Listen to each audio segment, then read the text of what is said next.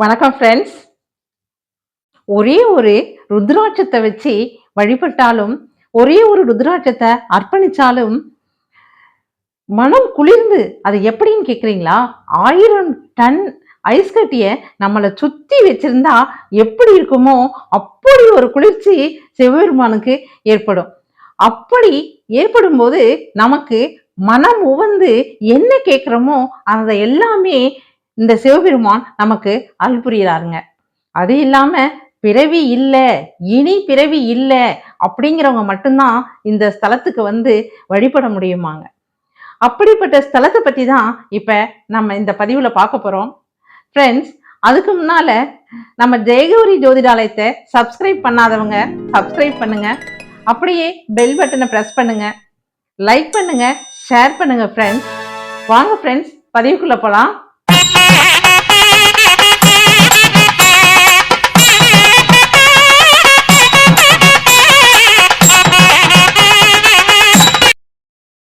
தஞ்சை மாவட்டம் திருவிடைமருதூர் தாலுகாவில் இருக்கக்கூடிய தேப்பெருமாநல்லூர் சிவஸ்தலத்தை பத்தி தான் நம்ம இந்த பதிவுல பார்க்க போறோம்.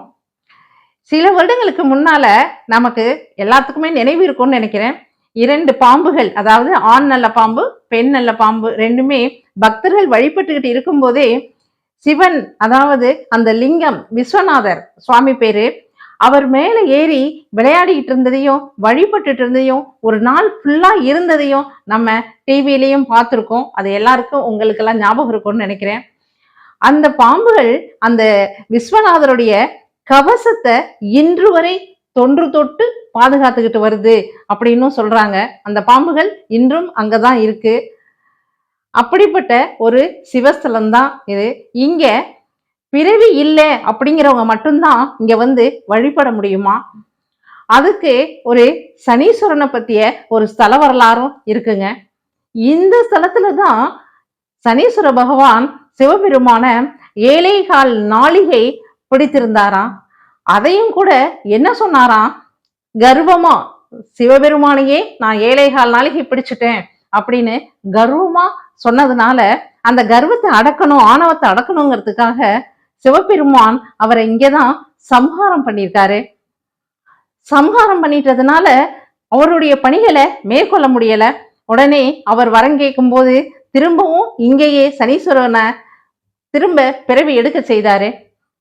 அதனால சனீஸ்வரனுக்கு பிறவி கொடுத்து பக்தர்களுக்கு பிறவி இல்லாமல் பண்ணதுனாலதான் இங்க வந்து வழிபடும் போது பிறவி இனி இருக்காது அப்படின்னு சொல்லியிருக்காரு.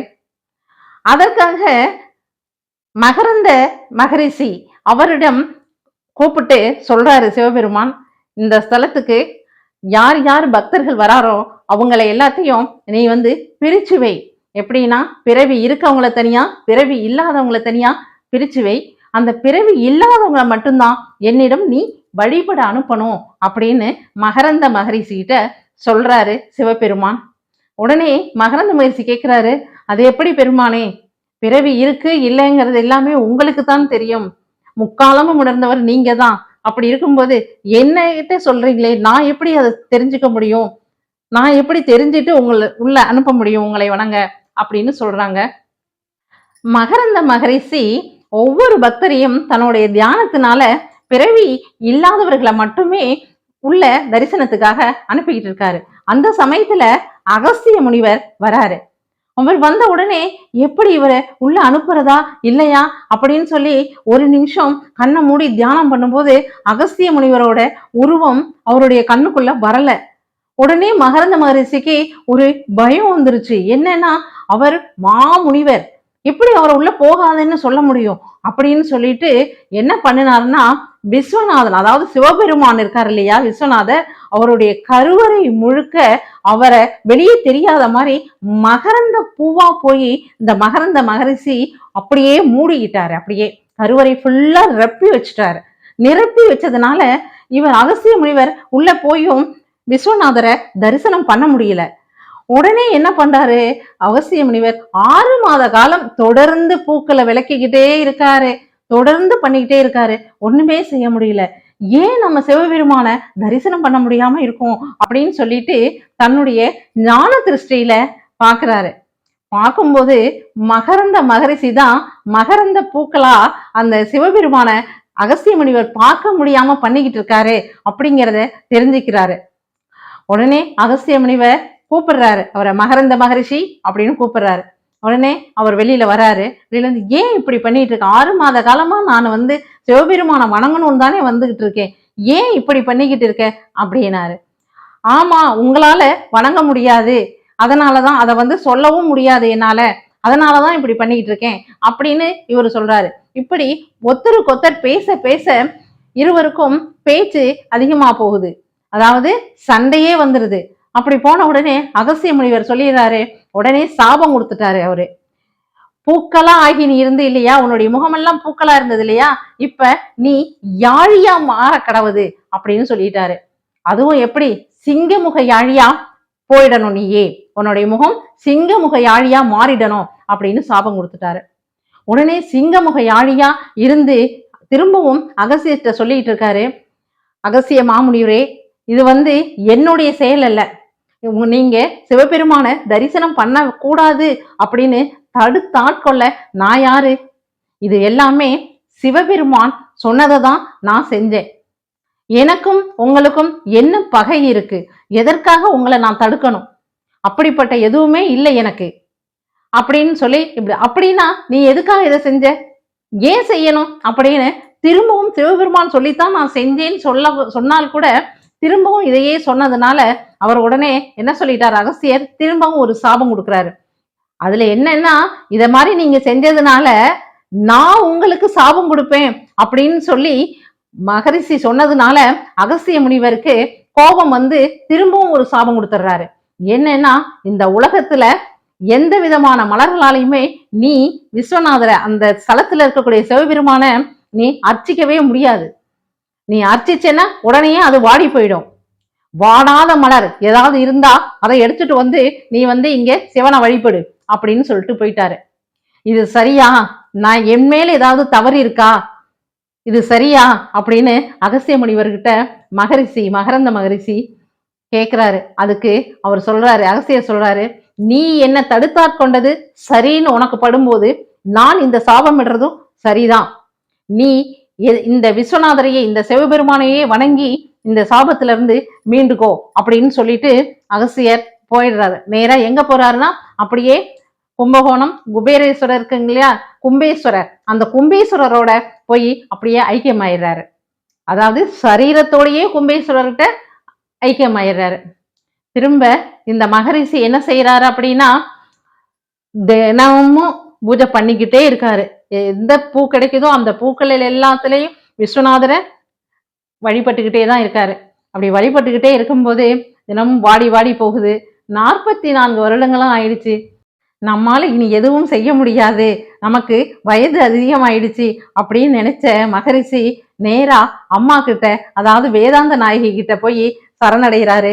அம்மா, என்னால எதுவும் செய்ய முடியல, எனக்காக ஏதாவது செஞ்சு கொடுங்கம்மா அப்படின்னு கேட்கும்போது வேதாந்த நாயகி சொல்றாங்க, ஞான தீர்த்தம்னு நான் உருவாக்கியிருக்கேன், அந்த ஞான தீர்த்தத்துல நீங்க நீராடிட்டு விஸ்வநாதரை 3 முறை பிரதட்சணமா வலம் வணங்குங்க, எல்லாமே சரியாக நடக்கும், நல்லதா நடக்கும் அப்படின்னு அருள் புரியுறாங்க.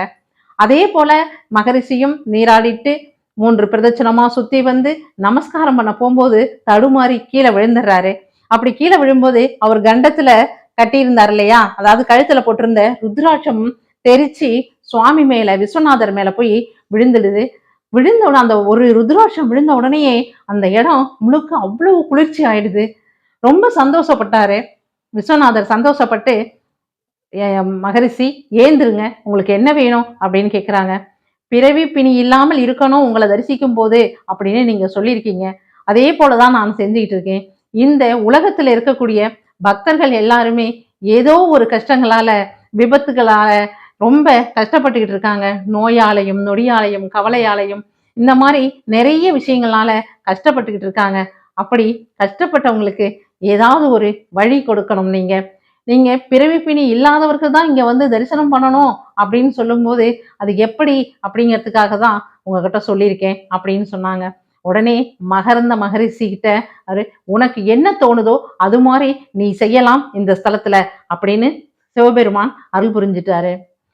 உடனே இந்த இடத்துல ருத்ராட்சம், ஒரு ருத்ராட்சத்துக்கே இவ்வளவு பலன் இருக்கே அப்படின்னு சொல்லி 14 முகம் ருத்ராட்சம் வரைக்கும் மகரந்த மகரிஷி அந்த இடத்துல அர்ச்சனை பண்ணியிருக்காருங்க. அதோட இல்லாம அவரு ஒரு காயத்ரியும் ஏற்படுத்தி கொடுத்திருக்காரு. அந்த காயத்ரி என்னன்னா, வேதாந்த நாயகி சமேத விஸ்வநாதாய நமசிவாய ருத்ரோசுராய நமக அப்படின்னு சொல்லிட்டு அந்த காயத்ரி இருக்கு. இந்த காயத்ரியை சொல்லி நம்ம வழிபடும் போது நமக்கு எல்லா விதமான இன்னல்களும் விலகி ரொம்ப சந்தோஷமா இருக்கும். எல்லா விதமான மன மகிழ்ச்சியும் நமச்சிவாயத்தை, அதாவது சிவபெருமான் அடையக்கூடிய நமக்கு ஒரு திறனும் நமக்கு வரும் அப்படின்னு சொல்றாங்கங்க. இதுல இந்த ஒரே ஒரு ருத்ராட்சம், இங்க பாருங்களேன், இந்த ருத்ராட்சத்தை இப்படி கைகள்ல வச்சு இந்த 4 விரல்ல முதல்ல இப்படி மூடிக்கணுமா, அப்புறம் இந்த கட்டை விரலை இப்படி வச்சு இப்படி தியானம் பண்ணும்போது 108 முறை இந்த காயத்ரியை சொல்லி தியானம் பண்ணும்போது நம்ம கைக்குள்ளேயே அந்த ருத்ராட்சம் சுழலுவதையும் ஒரு உணர்வு பூர்வத்தையும் நம்மளால அறிஞ்சுக்க முடியும் அப்படின்னு சொல்றாங்க. இதை நம்ம அந்த ஸ்தலத்துல நம்ம ஏற்கனவே இதெல்லாம் செஞ்சுட்டு தான் இருக்கோம். இருந்தாலும் அந்த ஸ்தலத்துல போய் அமர்ந்து நம்ம செய்யணுங்கிற ஒரு ஆசையும், அந்த விஸ்வநாதரை பார்த்து பிறவி பிணி இல்லாத வாழ்வை பெறணும் அப்படிங்கிறதையும் நம்ம ஆசைப்படுறோம். இதை அடையணுங்கிறதுக்காக தான் நம்ம நமசிவாயத்தை சிவாய நமகன்னு சொல்லிட்டு தான் இருக்கோம். அப்படித்தானேங்க? இப்ப இந்த கோவிலை வழிபடுறதுனால நமக்கு 21 ஜென்மத்துல இருக்கக்கூடிய அத்தனை பாவங்களும், அதாவது 21 ஜென்மங்கள் பிறவிகள் எடுத்து நம்ம செய்த பாவங்கள் அனைத்தும் தீரும் அப்படின்னு சொல்றாங்க. அதே மாதிரி மக நட்சத்திரத்துல இவரை வணங்கும் போது நமக்கு என்ன வேண்டுமோ அத்தனை வேண்டுதல்களும் கிடைக்கும் அப்படின்னு சொல்றாங்க. பிரதோஷ காலத்துல வணங்கும் போதுதான் இந்த ருத்ராட்சங்கள்ல கொண்டு அலங்காரம் பண்ணியிருக்கிறதையும் நம்ம தரிசிக்க முடியும் அப்படின்னும் சொல்றாங்க. தேப்பெருமானால் ஒரு ஸ்தலத்துல கணபதி, அதாவது விநாயகர் எல்லா கோவில்களிலும் இருக்க மாதிரி இல்லாம காலை நல்லா மடக்கி வச்சுட்டு அப்படி உட்காந்து அருள்பாலிச்சிட்டு இருக்காரு. இந்த மாதிரி சிறப்பா இருக்கக்கூடிய சில ஸ்தலங்கள்ல அவர்களுக்கு சக்தி அதிகமாக இருக்கும் அப்படின்னு நமக்கே தெரியும். அதே போலவே அம்பாள் வேதாந்த நாயகி ஒரு காலை முன்னாடி எடுத்து வச்சு இப்படி நம்மளை நோக்கி வர்ற மாதிரி இருக்காங்க. அது ஏன்னா பக்தர்கள் என்ன வேண்டி கேட்கிறாங்களோ அதை உடனடியா செஞ்சு கொடுக்கணும் அப்படிங்கிற ஒரு ஆசீர்வாதம் பண்ணணுங்கிறதுக்காக தான் அவங்க அப்படி இருந்துகிட்டு இருக்காங்க. வேதாந்த நாயகி வேதங்களை உச்சரிச்சுக்கிட்டே இருக்கிறதுனால அவர்களுடைய உதடுகளும் அசைகிறத நம்ம கண்ணால பார்க்கலாம் அப்படின்னு சொல்றாங்க. அதோட இன்னொன்னுங்க மிக சிறப்பு என்னன்னா, சூரியனை நோக்கி 8 நவகிரகங்களும் பார்த்து கொண்டு இருக்குங்க. இந்த கோவில்ல, தேப்பெருமாநல்லூர் கோவில்ல நவகிரகங்கள் அனைத்துமே சூரியன், அதாவது 8 கிரகங்களும் சூரியனை பார்த்து கொண்டு இருக்கிறது ஒரு சிறப்பா சொல்லிட்டு இருக்காங்க. இப்படிப்பட்ட இந்த ஸ்தலத்தை உங்ககிட்ட பகிர்ந்துகிட்டேன் அப்படிங்கிறதுல ஒரு சந்தோஷம் இருக்குங்க. மீண்டும் அடுத்த பதிவுல நம்ம சந்திப்போம். பாய்.